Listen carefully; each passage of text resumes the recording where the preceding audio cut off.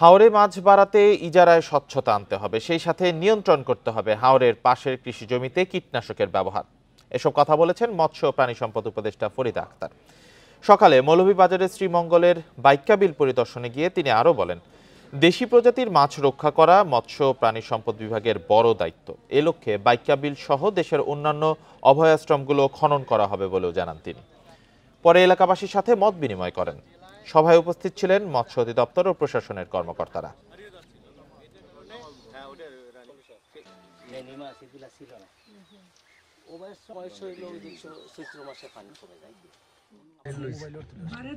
যে হাওরকে রক্ষা করতে হলে এখান থেকে কীটনাশক অন্তত আমরা চাষ করি, ধানের চাষ করি, সব কিছু করি, কিন্তু কীটনাশক ব্যবহারকে নিয়ন্ত্রণ করতেই হবে। আর তাছাড়া অনেকগুলো বাঁধ, অনেকগুলো রাস্তা এমনগুলো যেগুলো পানি প্রবাহের ক্ষেত্রে বাধা সৃষ্টি করে, সেগুলোকে আমাদেরকে পুনর্ভাবে চিন্তা করতে হবে।